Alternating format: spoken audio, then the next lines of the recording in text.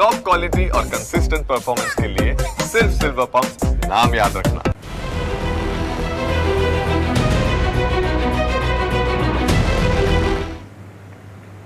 નમસ્કાર, ન્યૂઝ કેપિટલમાં આપનું સ્વાગત છે. હું છું કુશાગ્ર. એક એવી ચિંતા જે કદાચ આપણા ઘરના કોઈને કોઈ યુવાનને સ્પર્શી ગઈ છે. દુઃખની શરૂઆત હવે યુવાનીથી થાય છે અને એક નવી રિસર્ચ મુજબ દુનિયાભરમાં યુવાનોમાં ડિપ્રેશન, આક્રમણ અને માનસિક આરોગ્ય સંબંધિત સમસ્યાઓમાં પણ મોટો વધારો જોવા મળ્યો છે. ક્યાં ખોટું થઈ રહ્યું છે? સોશિયલ મીડિયા, જીવનમાં અનિશ્ચિતતા કે પછી કારકિર્દીનો દબાણ? શું આજનો યુવાન સાચે જ ભટકી રહ્યો છે કે સમાજને બદલવાની જરૂર છે? આજે આ જ મુદ્દે આપણે ચર્ચા કરવાના છે અને આપણી સાથે અત્યારે જોડાઈ ચૂક્યા છે ડૉક્ટર રમાશંકર યાદવ, સાયકોલોજિસ્ટ. તેઓ આપણી સાથે જોડા, આગળ પણ અન્ય ગેસ્ટ જોડાશે. પરંતુ આપને સૌથી પહેલાં યાદવ સાહેબ એ જ પૂછવા માગું છું કે યુવાનીની અંદર જ જ્યારે યુવાનીની શરૂઆત થાય ત્યારથી જ એક ડિપ્રેશનનો શિકાર આ બાળકો, યુવાઓ બની રહ્યા છે. આ યુવા વર્ગ માટે સૌથી મોટો દુશ્મન, એક દાનવ બનીને સામે આવનારો આ ડિપ્રેશન છે. તેમની પાછળનું મુખ્ય કારણો કયા જાણી શકાય? ડિપ્રેશન પાછળના કારણો સૌના માટે જુદા જુદા હોય છે.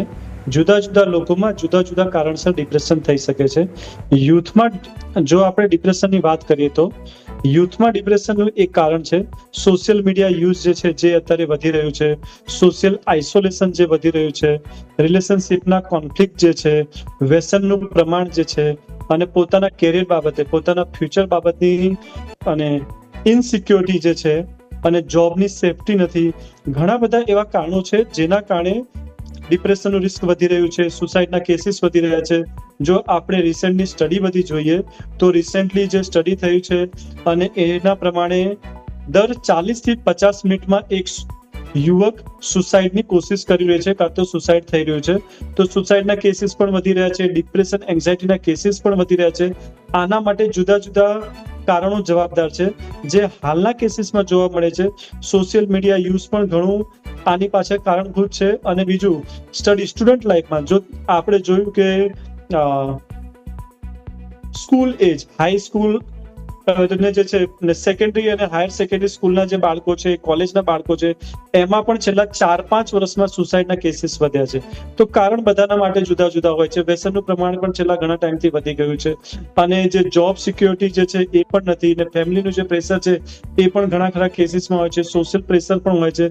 આવા જુદા જુદા કારણો છે જેના કારણે સુસાઇડના કેસીસ વધી રહ્યા છે અથવા તો ડિપ્રેશનનું પ્રમાણ વધી રહ્યું છે. બિલકુલ. અને ડિપ્રેશનના જુદા જુદા પ્રકાર કયા છે, કયો સ્ટેજ હોય છે તે પણ આગળ જાણીશું. પરંતુ આપણી સાથે અત્યારે કેરવી ભાડેશિયા, સોશિયલ મીડિયા ઇન્ફ્લુએન્સર પણ જોડાઈ ચૂક્યા છે. આપનું સ્વાગત છે કેરવીજી. સૌ પહેલાં એ જાણવું છે મારે, કારણ કે સોશિયલ મીડિયાનું નામ પણ આમાં સામે આવતું હોય છે કે ક્યાંક ડિપ્રેશન પાછળ જવાનું કારણ સોશિયલ મીડિયા પણ હોઈ શકે. હવે મોબાઈલની એ ટેવ, એ રીલ્સ જોવાની ટેવ પણ ક્યાંક એકલતાપણું લાવી શકે છે યુવાઓની અંદર અને તેમનું માઇન્ડ પણ ડિસ્ટ્રેક્ટ કરી શકે છે. આપનું શું માનવું છે? આ જે રીતે યુવા વર્ગ છે ડિપ્રેશનનો શિકાર થઈ રહ્યો છે સૌથી વધુ અત્યારે સર્વેમાં જે સામે આવ્યું તેને લઈને આપની પ્રતિક્રિયા શું? શું આપ એને ખરેખર યોગ્ય માનો છો? મારા મંતવ્ય પ્રમાણે તો આ ખરેખર યોગ્ય નથી. કેમ કે સોશિયલ મીડિયા જો આપણે યુઝ કરીએ છીએ તો એ આપણા ઉપર ડિપેન્ડ કરે છે કે એનો આપણે કેટલો યુઝ કરવો, કેટલા આપણા માઇન્ડ ઉપર અસર કરવા દેવી. આજે હું પણ રોજ સોશિયલ મીડિયા યુઝ કરું છું અને એક ઇન્ફ્લુએન્સર તરીકે અને ગરબા મારા ક્લાસીસ છે ગરબાના. એટલે જો હું સોશિયલ મીડિયા યુઝ કરતી હોય, ઇન્ફ્લુએન્સર છું, તો એમાં કેટલો ટાઈમ આપવો, કેટલો ટાઈમ ન આપવો એ મારા ઉપર ડિપેન્ડ કરે છે. અત્યારે મારે ગરબા ક્લાસીસ છે, હું ગરબા ક્લાસીસમાં જાઉં તો ત્યાં મારે બીજો કોઈ નથી. એઝ અ હાઉસવાઈફ હું અત્યારે ઘરનું પણ ધ્યાન રાખું છું અને મારા ફેમિલી મેમ્બર્સનું પણ અત્યારે ધ્યાન રાખું છું. તો જે રીતે થોડા ટાઈમથી ન્યૂઝ આવે છે કે ઇન્ફ્લુએન્સર્સ લોકો સુસાઇડ કરી રહ્યા છે ને એ બધું, કે માઇન્ડ ઉપર એટલી બધી અસર કરે છે, તો એ મારા મંતવ્ય પ્રમાણે બરોબર નથી. આપણા ઉપર કેટલું અસર કરવા દેવું એ આપણા ઉપર ડિપેન્ડ કરે છે. બિલકુલ. અને સોશિયલ મીડિયા એક એવું પ્લેટફોર્મ છે કે જ્યાં આગળથી પોઝિટિવ વસ્તુ પણ શીખવા જેવી છે અને નેગેટિવ વસ્તુ પણ ત્યાં આગળથી શીખવા જેવી છે. એટલે કઈ વસ્તુ કેવી રીતે શીખવી તે આપણા ઉપર હોય છે. અને યાદવ સાહેબ, બીજું એ પણ જાણવું છે, જે રીતે અત્યારના યુવાનોની અંદર જે સ્ટેજ હોય છે, ડિપ્રેશનનો સ્ટેજ જુદા જુદા, કયા કયા પ્રકારના ડિપ્રેશન હોઈ શકે, આપણને કેવી રીતના ખબર પડી શકે કે આ એકલુંપણું જીવે છે એટલે ડિપ્રેશનમાં છે, ચીડિયાપણું તેની અંદર આવી ગયું એટલે ડિપ્રેશનમાં હોઈ શકે? એવા કયા કયા જુદા જુદા સ્ટેજ જેના કારણે આપણે ઓળખી શકાય કે આ યુવા વર્ગ કે આ વ્યક્તિ ડિપ્રેશન નો શિકાર છે? સૌથી પહેલા હું કેરવીબેનના સપોર્ટમાં કહીશ કે સોશિયલ મીડિયાનો યુઝ જે છે ને એ સોશિયલ મીડિયાના યુઝના કારણે ડિપ્રેશન થતું નથી. સોશિયલ મીડિયાનો જે દુરુપયોગ થઈ રહ્યો છે, સોશિયલ મીડિયાનો જે ખોટો યુઝ થઈ રહ્યો છે, ખોટી રીતે કોઈ પણ વસ્તુનો જો તમે પોઝિટિવ યુઝ કરવામાં, જો આપણે જો પોઝિટિવ યુઝ કરીએ તો ચોક્કસ ફાયદો થઈ શકે છે, લિમિટેડ યુઝ કરીએ તો ફાયદો થઈ શકે છે. જે દુરુપયોગ થઈ જાય છે, જે ખોટો યુઝ થઈ જાય છે, જે મોડે સુધી ખોટો યુઝ થાય છે, સોશિયલ મીડિયા સિવાય પણ વાયલેન્ટ જે વિડીયો ગેમના યુઝ કરે છે, જ્યાં જતું મોબાઈલ સાથે જોડાયેલું જે મિસયુઝ છે, ખોટો યુઝ છે, એ ક્યાંક ને ક્યાંક ડિપ્રેશનમાં લઈ જાય છે. જેમ કે મોડી રાત સુધી ઘણા બધા વિડીયો ને ઘણા બધા મૂવી ને ઘણું બધું સોશિયલ મીડિયા એપ ને રીલ્સ ને બધું મૂકતા હોય છે, જે યુઝફુલ યુઝ નથી, જે પોઝિટિવ યુઝ નથી. અને પોઝિટિવ યુઝ નથી કરતા તો ધીમે ધીમે સોશિયલ આઇસોલેટેડ થતા જાય છે. અને સોશિયલ આઇસોલેશન છે ને એ ઘણી વખત ડિપ્રેશનમાં લઈ જાય છે. ડિપ્રેશનના પ્રકારોની વાત કરીએ તો ડિપ્રેશનમાં સિવિયરિટીની વાત કરતો પહેલા માઇલ્ડ, મોડરેટ અને સિવિયર. ઘણા લોકોને ડિપ્રેસિવ સિમ્પટમ્સ હતાશા, નિરાશા, ભૂખ ના લાગવી, ઊંઘ ના લાગવી, ફોકસ ના કરી શકવું, કોન્સન્ટ્રેટ ના કરી શકવું, સુસાઇડના થોટ આવવા, કોઈ પણ પ્રવૃત્તિમાં રસ ના લાગવો, જુદા જુદા ડિપ્રેશનના સિમ્પટમ્સ હોય છે. આ ડિપ્રેશનના મેજર ડિપ્રેશનના જો સિમ્પટમ્સ હોય 5 સુધીના સિમ્પટમ્સ હોય તો માઇલ્ડ કેટેગરીમાં આવે, 5 થી 7 સિમ્પટમ્સ હોય તો મોડરેટમાં આવે, 7 થી વધુ સિમ્પટમ્સ હોય તો સિવિયર કેટેગરીમાં આવે. ઘણી વખત ડિપ્રેશનની સાથે સાયકોટિક સિમ્પટમ્સ હોય છે, શંકા, વહેમના લક્ષણો પણ હોય છે, તો ડિપ્રેશન વિથ સાયકોટિક ફીચર્સ કહેવાય છે. એટીપિકલ ડિપ્રેશન કે જેમાં ઘણી વખત એવું થાય છે કે ઊંઘનું પ્રમાણ વધી જાય છે. ડિપ્રેશનના કેટલાક કેસીસમાં ઊંઘનું પ્રમાણ ઘટી જાય છે, પણ ડિપ્રેશનના આવા કેસીસમાં ઊંઘનું પ્રમાણ વધી જાય છે, ભૂખનું પ્રમાણ વધી જાય છે. અને ઘણી વખત કેટેટોનિક સિમ્પટમ્સ પણ હોય છે કે એક જગ્યાએ સ્થિર બેસી જાય છે. તો જુદી જુદી વેરાયટીના ટિપિકલ અને એટિપિકલ કેટેટોનિક સિમ્પટમ્સ, ડિપ્રેશન વિથ સાયકોટિક ફીચર્સ, જુદા જુદા કેસીસમાં જુદું જુદું પ્રમાણ હોય છે. અને જેમ વાત કરીએ કે કેટલાક લોકો વિડ્રોલ થઈ જાય છે, ક્રાઇંગ સ્પેલ હોય છે, સુસાઇડલ થોટ હોય છે, કેટલાક લોકો ચીડિયાપણા થઈ જાય છે, કેટલાક લોકો સોશિયલી આઇસોલેટેડ થઈ જાય છે કે વેલ કોમ્યુનિકેશન હતું પણ ધીમે ધીમે કોમ્યુનિકેશન ઘટતું ગયું, ધીમે ધીમે સ્ટડીમાંથી ફોકસ ઘટતું ગયું, ધીમે ધીમે જોબમાંથી પ્રોડક્ટિવિટી ઘટતી ગઈ, વારે ઘડીએ જોબ છૂટી જાય. આવા જુદા જુદા વોર્નિંગ સાઇન કે સ્વભાવમાં કેટલાક ચેન્જીસ જો આપણને જોવા મળતા હોય છે. અને વોર્નિંગ સિગ્નલ પરથી જુદા જુદા કેસીસ ડિપ્રેશન અને એન્ઝાઇટીના સિમ્પટમ્સ આપણે ઓળખી શકીએ છીએ. બિલકુલ. અને બીજું એ પણ જાણવું છે કેરવીજી આપની પાસે, કારણ કે સોશિયલ મીડિયાની અંદર એક ફેમસ થવાનો અભરકો છે તે તમામ યુવાનોમાં હોય. જ્યારથી સોશિયલ મીડિયાની વાત આવે ત્યારે યુવાનોમાં એ જ ક્રેઝ હોય કે મારા ફોટો મૂક્યો, મેં આ રીલ્સ બનાવીને એનો મને ખૂબ ઘણી લાઇકો મળે, પરંતુ એ લાઇક ના મળે અને એ જે વિચાર્યું હોય તે વસ્તુ ના થાય, એટલું ફેમ ના મળે, તો તેને લઈને પણ ઘણા લોકો ડિપ્રેશનમાં જતા રહેતા હોય છે. તો આવો અનુભવ કેવી રીતે રોકી શકાય આપના અનુભવ પ્રમાણે, કે લોકોને જો આવા અનુભવ થતા હોય તેને કેવી રીતે રોકી શકાય, તેમને કેવી રીતે ઇન્ફ્લુઅન્સ કરી શકાય? આજે તમે કીધું એ વાત સાચી છે. અત્યારે ઘણા બધા લોકો જે ઇન્ફ્લુએન્સર બનવા માંગે છે કે મારા ફોલોવર્સ વધે, મારા ફોટોઝમાં અને રીલ્સમાં બધામાં લાઇક્સ વધારે આવે, એની પાછળ જ દોડવાનું કરે છે બધા. પણ અત્યારે ફોટોઝ ને એ બધું એ લોકો એવું વિચારે છે કે બસ મારે સોશિયલ મીડિયામાં મારે વાયરલ થવું છે. એકવાર એક રીલ મૂકી અને વાયરલ થઈ ગયું એટલે બસ એને બીજી બધી રીલ્સમાં એના લાઇક્સ ને એ બધું જોતું હોય. પણ એ વસ્તુ સારી નથી. જ્યાં સુધી લિમિટેડ યુઝ કરો ત્યાં સુધી સારું છે. બાકી બહુ જાજી વસ્તુ ઉપર આપણે યુઝ કરીએ તો એ આપણા માટે ડિપ્રેશન ને એ બધું વધારી શકે છે. કે લાઇક નો આવે, શેર નો આવે, તો એ કોઈ એટલી બધી મેજર વસ્તુ નથી કે મારે એના માટે સ્યુસાઇડ કરવું પડે. બિલકુલ બિલકુલ. આપણી સાથે અતુલ ગામેચી સામાજિક કાર્યકર છે, તે પણ જોડાઈ ચૂક્યા છે. આપનું પણ સ્વાગત છે અતુલભાઈ. પરંતુ અતુલભાઈ, અત્યારનો જે મુદ્દો છે એ અમે ચર્ચા કરી રહ્યા હતા. આપણી સાથે રમાશંકર યાદવ ડૉક્ટર આપણી સાથે જોડાયેલા છે, સાથે સોશિયલ મીડિયા ઇન્ફ્લુએન્સર કેરવી પણ અત્યારે આપણી સાથે જોડાયેલા છે. પરંતુ અતુલભાઈ, ચર્ચા એની હતી કે યુવા વર્ગ અત્યારે યુવાનીની જ્યારે શરૂઆત થાય તેની સાથે ડિપ્રેશન જોવા મળી રહ્યું છે. આ ખૂબ જ ખતરનાક અત્યારે સમાજની અંદર સામે આવી એક સર્વેની ડિટેલ, અને તેને લઈને અનેક સવાલો પણ ઉઠી રહ્યા છે. આપનું માનવું શું છે? યુવાઓને કઈ રીતનું અત્યારે તેમનું બાળપણ છે તે કેવી રીતે વીત્યું હશે, જેને કારણે યુવાનોની અંદર અત્યારે શરૂઆતની સાથે જ એ લોકોને એક ડર રહે છે, ડિપ્રેશનમાં તેઓ જતા રહે છે?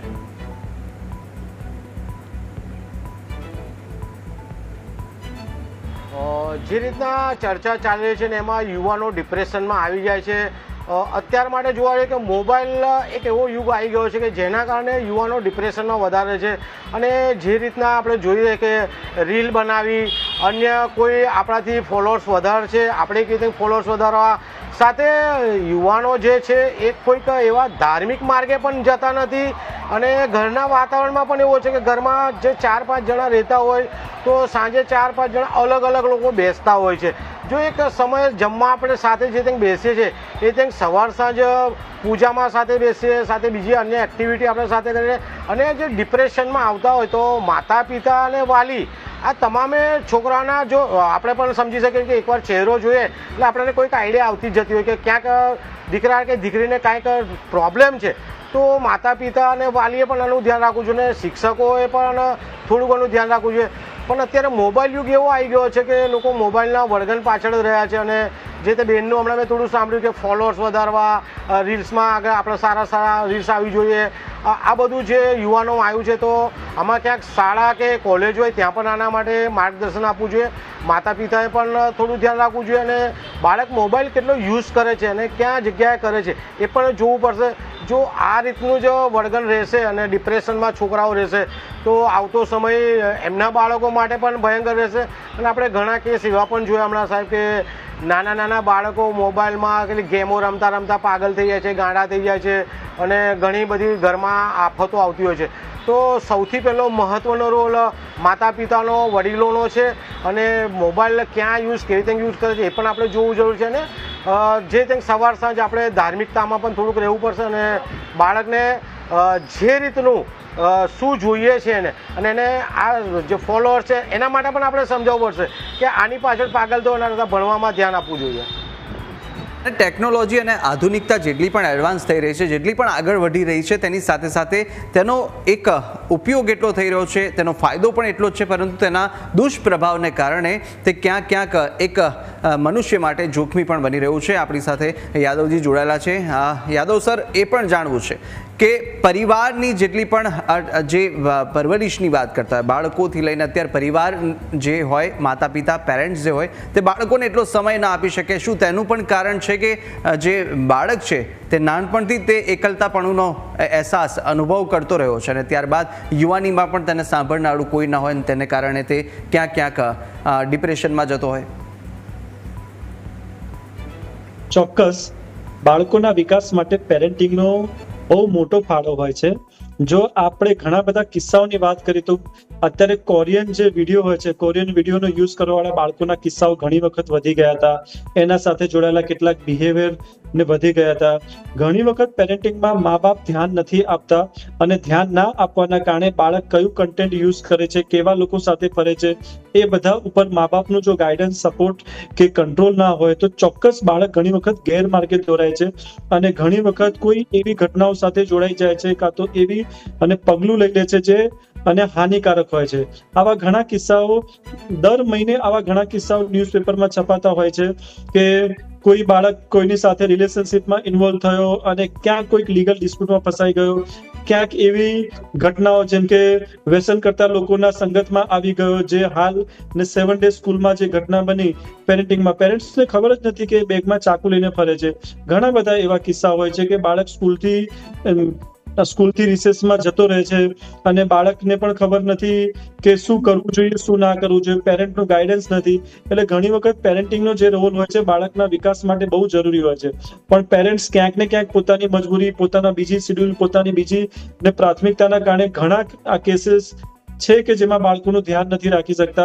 અને આપણે સંગ તેવો રંગ, બાળક જો સોશિયલ મીડિયામાં નેગેટિવ કન્ટેન્ટ જોવે છે, નેગેટિવ લોકો સાથે જોડાય છે, જેવી વિચારસરણી સાથે જોડાય છે, બાળકની વિચારસરણી આગળ વધતા એવી ટાઈપની થઈ જાય છે.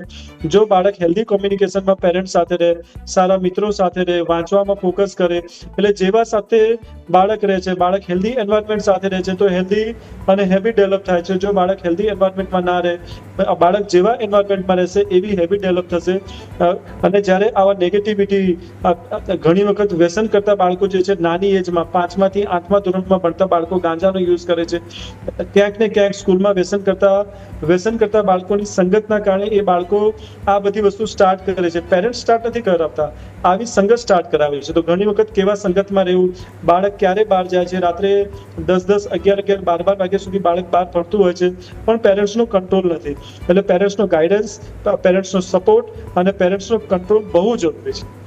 બિલકુલ, પેરેન્ટ્સનું કંટ્રોલ એટલું હોવું જરૂરી છે. અતુલભાઈ, આપને પણ પૂછવા જ માંગીશ એ રીતે કે એક તો સામાજિક જોડાણ યુવાનોનું એટલું બધું નથી થઈ રહ્યું, કારણ કે યુવાનો હવે સોશિયલ લાઈફ તેમની કેવી છે એ પણ આપ સારી રીતે સમજી શકો છો. અને સાથે સાથે જે રીતે મેં યાદવ સરને પૂછ્યું હતું તે જ કે અત્યારે જે પેરેન્ટિંગની વાત આવે, સાથે પરિવારના જે જોડાણ જે રહી ચૂક્યા છે, હવે ના ને બરાબર અત્યારે પરિવાર છે એક સાથે જમવા પણ બેસતું હોઈ શકે, ત્યારે આવા બધા જે બનાવો સમાજમાં સામે આવતા હોય ત્યારબાદ કેવી રીતે એક જાગૃતતા લાવવા માટે પ્રયાસ કરવામાં આવે કે પરિવાર છે સંયુક્ત રીતે અને સાથે મળી અને એક સાથે તેઓ બાળકનું ઉછેર કરી શકે.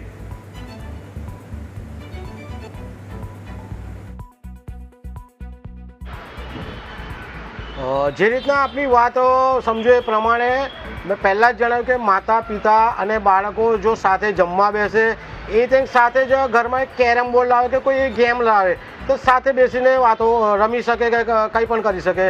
ચોપડીઓ વાંચન પણ કરવું પડશે. આમાં આપણે રોજે રોજ ગીતા વાંચતા હોઈએ, મહાભારત વાંચતા હોઈએ, તો બાળકોને યુવાનોને સાથે રાખીને વાંચીએ તો એનાથી પણ એમનામાં ક્યાંક અદ્ભુત શક્તિ આવશે. અને એમનો મિત્ર વર્ગ પણ આપણે એ રીતનો જ રાખવો પડશે કે જે ક્યાંક ભક્તિ માર્ગે જોડાયેલો હોય, સ્વાધ્યાય માર્ગે જોડાયેલો હોય, સાથે સાથે સારા કામોમાં જોડાયેલો, સમાજ સેવા કરતા લોકો સાથે જોડાયેલા હોય. તો આવા યુવાનો મોબાઈલથી ઘણા દૂર રહેતા હોય છે, મોબાઈલ વાપરતા હોય છે પણ નિમિત્ત પૂરતો વાપરતા હોય છે. તો આવું વ્યક્તિત્વ રાખવું જોઈએ એમને અને આવા લોકો સાથે હળીમળીને રહેવું જોઈએ. અને જે રીતના એમનો મિત્ર વર્ગ છે, જે મોબાઈલ પર પણ એમના મિત્રો જે હોય છે, વોટ્સએપ પર બધા જોડાયેલા હોય છે, એમાં પણ આપણે ધ્યાન રાખવું છે કયો મિત્ર છે, શું છે, એ શું કરી રહ્યો છે. તો આપણે જ માતા પિતા અને વાલી અને એમને જ બાળકોનું કે યુવાનોનું ધ્યાન રાખવું પડશે. અને બીજી બાજુ જોવા જઈએ આપણે તો જે રીતે એમના યુવા મિત્રો છે એમને આપણે સમજાવવા પડશે કે તમારે મિત્રો કેવા રાખવા જોઈએ. એમને મહિને 15 દિવસ એકાદ આપણે ઘર તરફથી જે કાંઈ ટૂર રાખવી જોઈએ. અને કોઈક દિવસ એવો પણ રાખવો જોઈએ કે મોબાઈલને આપણે ઉપવાસ રાખીએ કે મોબાઈલ ઘરે જ મૂકી રાખીએ, તો મોબાઈલનો ઉપવાસ, મોબાઈલ વાપરવાનો જ નહીં. કોઈ કામ હોય, ઘરના પૂરતું કામ હોય ત્યારે વાપરો.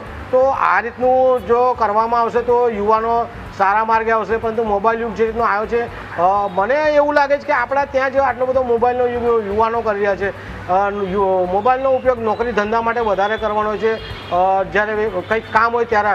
પરંતુ અત્યારે જોવા જઈએ તો આ રીતનો એક મોબાઈલ યુગ છે ને યુવાનો જે ખોટા ગેરમાર્ગે દોરાઈ રહ્યા છે તો એ ન દોરાવવું જોઈએ. સાથે હું યુવાનોને અપીલ કરીશ કે માતા પિતાનું ધ્યાન રાખે ને માતા પિતા યુવાનોનું ધ્યાન રાખે, યુવતીઓનું ધ્યાન રાખે, જેથી કરીને ક્યાંક ઉકેલ આવી શકે.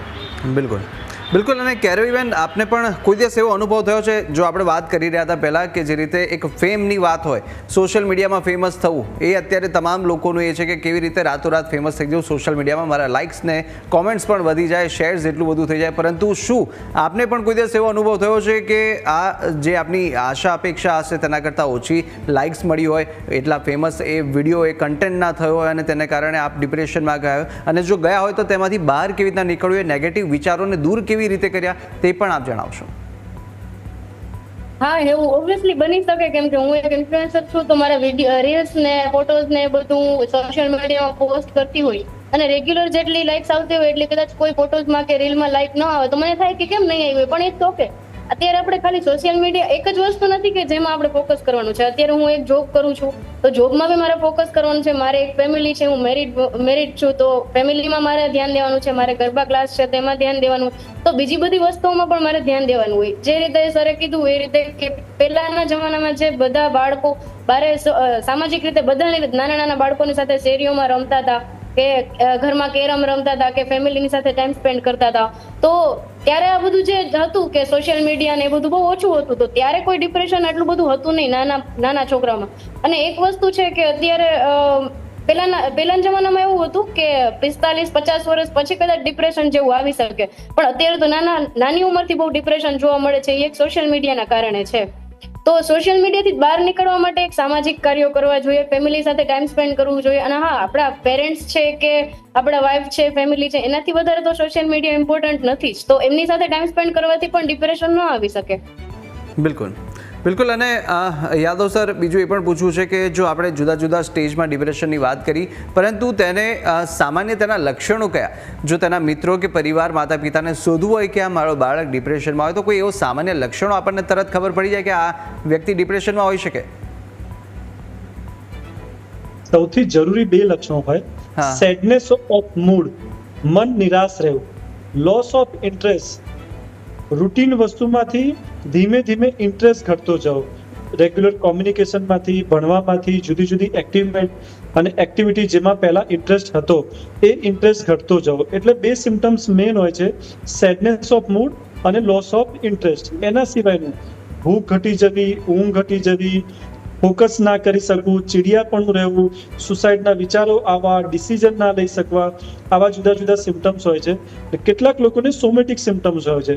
ડિપ્રેશન જ્યારે પોતાની લાગણીઓ વ્યક્ત ના કરી શકે તો કેટલીક ફિમેલ્સમાં ઘણી વખત સોમેટિક સિમ્ટમ્સ કે શરીરના જુદા જુદા હિસ્સામાં દુખાવાની ડિપ્રેસિવ સિમ્ટમ્સની સાથે સોમેટિક સિમ્ટમ્સ પણ હોય છે, અને એ દુખાવા કોઈ રિપોર્ટમાં ના આવતા હોય છે. અને કેટલાક લોકોને ડિપ્રેશનની સાથે સાથે એન્ઝાયટી સિમ્ટમ્સ પણ હોય છે: બેચેની થવી, ગભરામણ થવી, ધબકારા વધવા, મોઢું સુકાવું, હાથ પગ ખેંચાવું ને એવા બધા. ઘણી વખત રિલેશનશિપમાં જાતના લડાઈ ઝઘડા થવા, એટલે નાની નાની વસ્તુમાં ચીડિયાપણું, રડવું, ઘરેથી બહાર નીકળી જવું, સ્કૂલ, કોલેજ કે જોબ પ્લેસ રેગ્યુલરલી અટેન્ડ ના કરવું, લોકોથી દૂર થતા જવું, આવા જુદા જુદા સિમ્ટમ્સ હોય છે. અને એક કહેવી બેને જે વાત કરી એની અંદર એક પોઈન્ટ એડ કરવા મને વિચાર આવ્યો કે ઇમોશનલ સપોર્ટ પહેલા મળતો હતો. જે વાત કરી કે પહેલા લેટ ડિપ્રેશન થતું હતું, અત્યારે ઇમોશનલ સપોર્ટ પણ નથી મળતો અને ઇમોશનલ વેન્ટિલેશન નથી થતું. બાળકોનું કોમ્યુનિકેશન લેવલ સોશિયલ મીડિયા આવ્યા પછી એકબીજા સાથેનું શેરિંગ, પેરેન્ટ સાથે કે વડીલો સાથેનું શેરિંગ ઘટતું ગયું, તો ઘણી વખત ઇમોશન વેન્ટિલેટ નથી થતા, ઇમોશન્સ બહાર નથી આવતા. દબાઈ ગયેલી ઇમોશન, છુપાયેલી ઇમોશન્સ, ઘણી વખત મનમાં જ્યારે ઘર્ષણ વધુ પડતું ભેગું થઈ જાય, વધુ પડતું નેગેટિવ ઇમોશન સ્ટેટ ભેગું થઈ જાય, ત્યારે ઘણી વખત ડિપ્રેશનની શરૂઆત થાય છે. તો આજકાલના યુથમાં ઘણી વખત એવું થાય છે કે પ્રોબ્લેમ તો છે પણ પ્રોબ્લેમને શેર નથી કરતા, પ્રોબ્લેમનું ડિસ્કસ નથી કરતા, ને પ્રોબ્લેમમાંથી બહાર નીકળવા માટે બીજાનો સપોર્ટ નથી લેતા. જે સપોર્ટ નથી લેતા તો એની અંદર ઘણી વખત એ લોકો ડિપ્રેશનમાં જલ્દી જતા રહે છે. ને પ્રિવિયસલી જે પાસ્ટમાં જે હતું, પાસ્ટમાં શું હતું કે ભાઈ બહેન છે, બધા સાથે બોન્ડિંગ સારું હતું, કે રિલેટિવ સાથેનું બોન્ડિંગ સારું હતું, જોઈન્ટ ફેમિલી હતું, તો 1% કે 2% ધ્યાન ના આપે તો બીજા પર્સન સાથે ક્યાંક કોમ્યુનિકેશન થઈ જતું. મમ્મી પપ્પાનો ગુસ્સો છે તો ભાઈ બહેન સાથે કોમ્યુનિકેશન થઈ જતું, ઇમોશન્સ વેન્ટિલેટ થઈ જતા, ક્યાંક ને ક્યાંક સપોર્ટ લેતા હતા. જે સપોર્ટ વાળું પાર્ટ અત્યારે લેકિંગ થતું જાય છે, જેના કારણે ડિપ્રેશનમાં જ્યારે જાય છે ત્યારે બીજો કોઈ સપોર્ટ સૂઝતો નથી અને ત્યારે કોઈ અણગમતું પગલું એટલે કે સુસાઇડની કોશિશ કરતા હોય છે. બિલકુલ બિલકુલ. અને અતુલભાઈ, જે રીતે આ તમામ અત્યારે વાતો આપણે સાંભળી યાદવ સાહેબની, પરંતુ એમાં એક વસ્તુ પણ સામે આવી કે જે યુથ છે તે હવે ક્યાંક સોશિયલ મીડિયાના મારફતે જ એકબીજા સાથે વાત કરતું થઈ ગયું છે અને મિત્રતા પણ ત્યાં સોશિયલ મીડિયા પૂરતી જ રહી ચૂકી છે. સોશિયલી તેઓ એટલે સામાજિક રીતે એક સાથે મળીને તેઓ ફિઝિકલી એટલે કે આમને સામને કનેક્ટ નથી થઈ રહ્યા, અને તેની માટે કોઈ એવા પ્રયાસો એમને એવા પ્રોત્સાહિત કરી શકાય કે જે રીતના આપણે તો વાર તહેવારો પણ ઘણા બધા ઉજવતા હોય, અનેક ઉત્સવો આવતા હોય, તેની અંદર યુવકને આગળ લાવી અને આ મોબાઈલના દૂષણથી એટલે કે સોશિયલ મીડિયા કનેક્ટિવિટીથી તેમને થોડાક ફ્રી કરી અને ફિઝિકલી તેઓ કામ કરી શકે ત્યાં આગળ અને એકબીજાને મળી શકે, સામાજિક રીતે તેઓ વધુ પ્રોત્સાહિત થઈ શકે, તેવા કોઈ આયોજનો કરવા જોઈએ?